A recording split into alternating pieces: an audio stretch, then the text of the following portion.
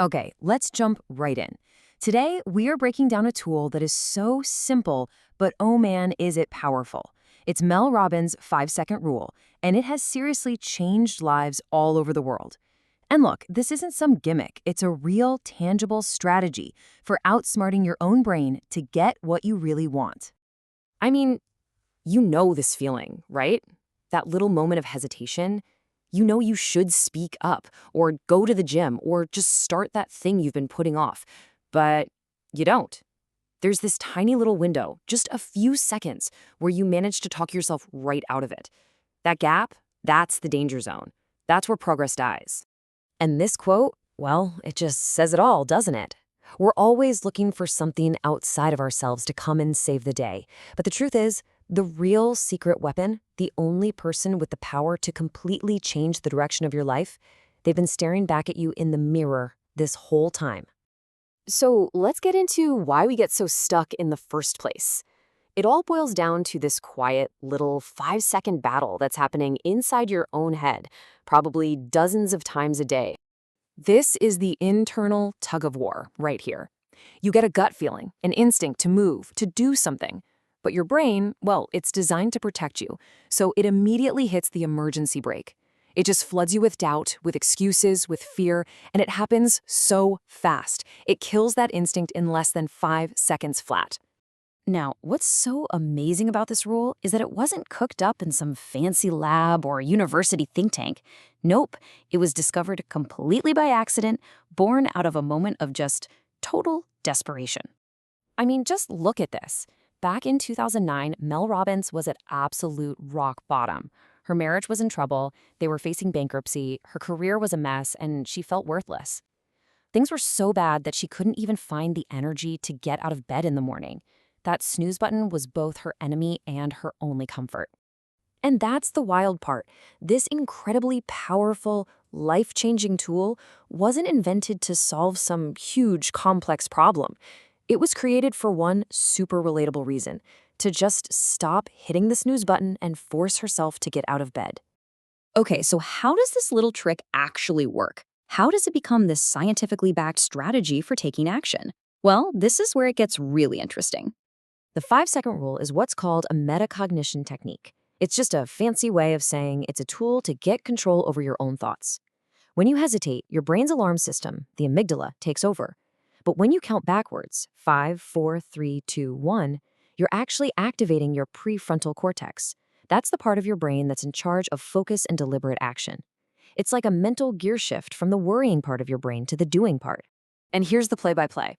It's so simple. The second you feel that instinct, that hesitation, you just start counting. Backwards. 5, 4, 3, 2, 1.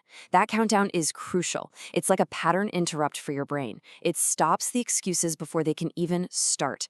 And when you hit 1, you don't think, you don't feel, you just move. You go. It's a launch sequence for action.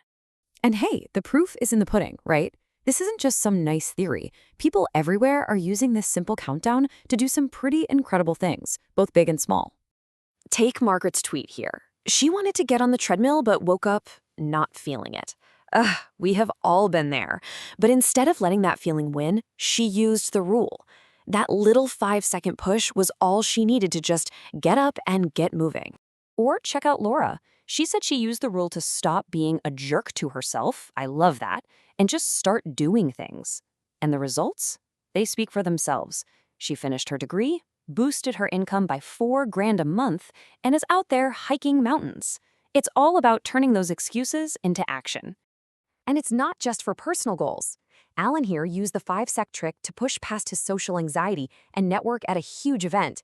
I mean, how many times have we missed an opportunity because we were too scared to just say hello?